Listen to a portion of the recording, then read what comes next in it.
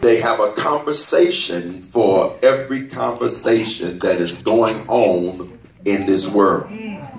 But the reality is that they are immature in a lot of places and in a lot of areas.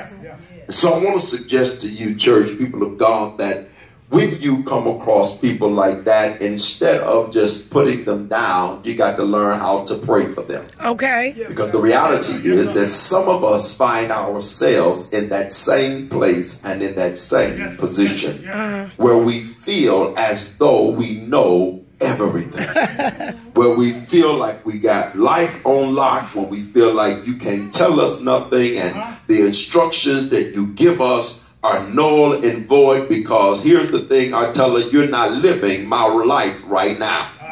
And we find in our society today, and if most of you all will testify and be honest, that there's a lot of times that you come across our young people or just people in general today where they don't want you to tell them absolutely nothing.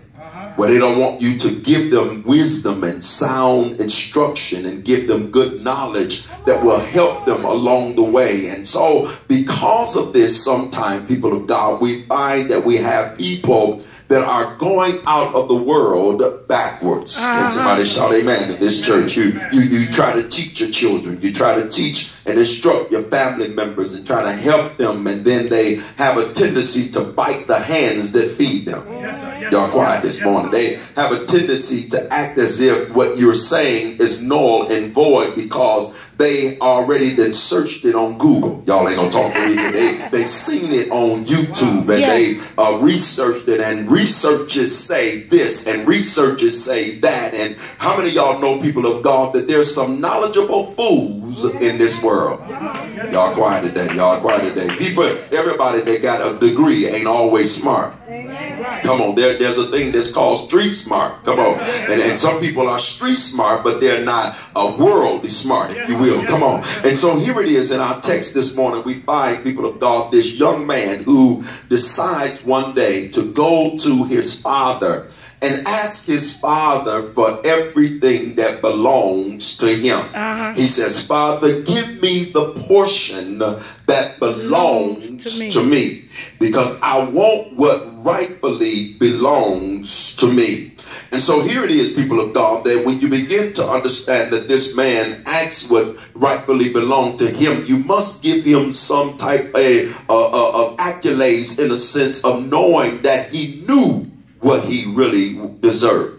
And we find that when he goes to his father, knowing what he deserved, the Bible says that his father gave him exactly what he needed. People of God, you must understand that this young man, like some of us today, felt like he had a right to what he saw, and he wanted what he saw. And here it is, people of God. This is lets us know, people of God, that says that he wasn't satisfied with how he was living, and he felt like he could do this on his own. He felt like he had everything going on, somewhat like our young people today, like they feel like they just got it going on and they can do this by themselves. But if you have ever grown up and you living in life and you finding out that paying bills ain't so easy, you'll find out that sometimes you would rather run back to mama's house and staying in your own house. Y'all ain't gonna talk to me up in here because right, watch this. You used to leave mama's lights on all day, but now you turn yours off. You used to leave mama's stuff on all day, and now you turning your stuff off. And when mama and daddy comes over to your house, you want to act as if we can't watch your TV, but you've been watching our TV for years, and y'all ain't gonna say nothing here. And so Al, sometimes people feel like they want to be grown because they feel like if my friend can do it, I can do it too. But how many of y'all know, people of God, that there's different strokes for different folks?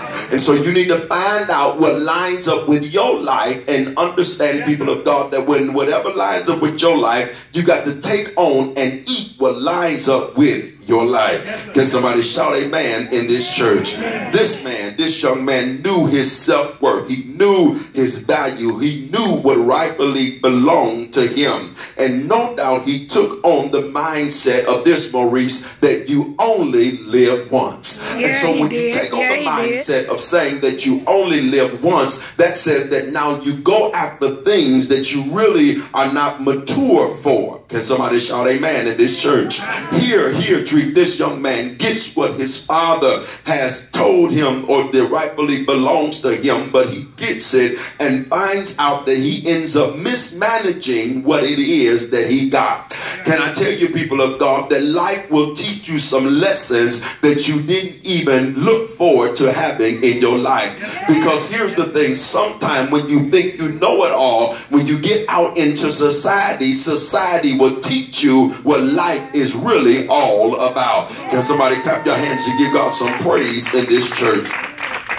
This young man had bad management. The Bible says, Lady J, that all things are lawful, but not all things are expedient. This says that you can misuse what you know for the wrong purposes and even at the wrong time.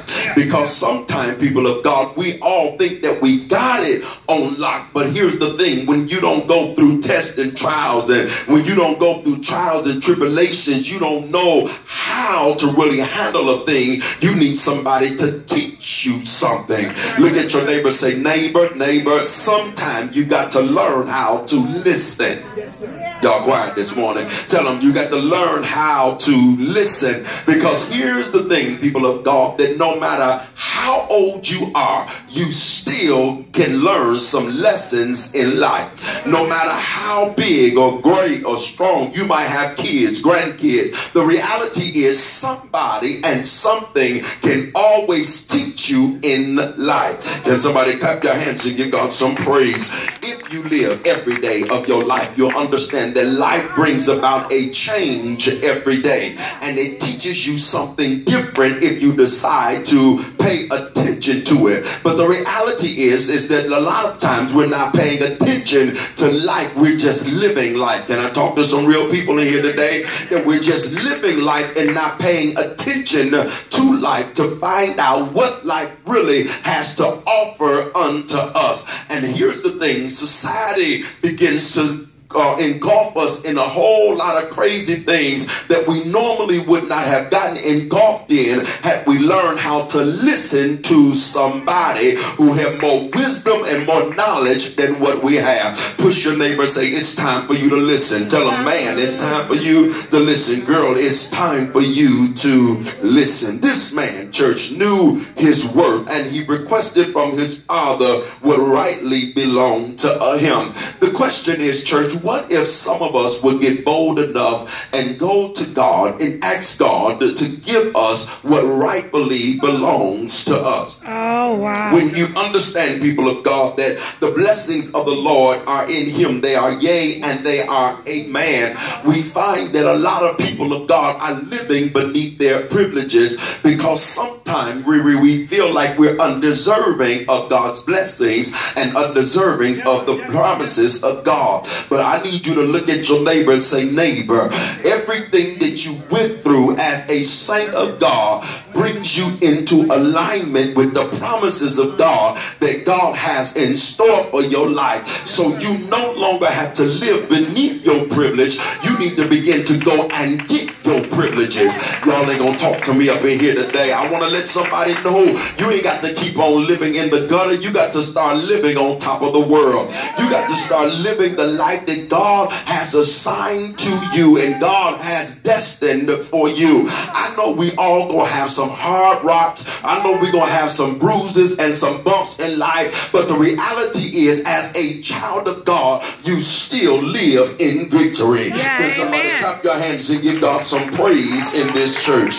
When you know, church, your self-worth and your value, there's certain things you just won't allow, and certain things you'll begin to demand in your life.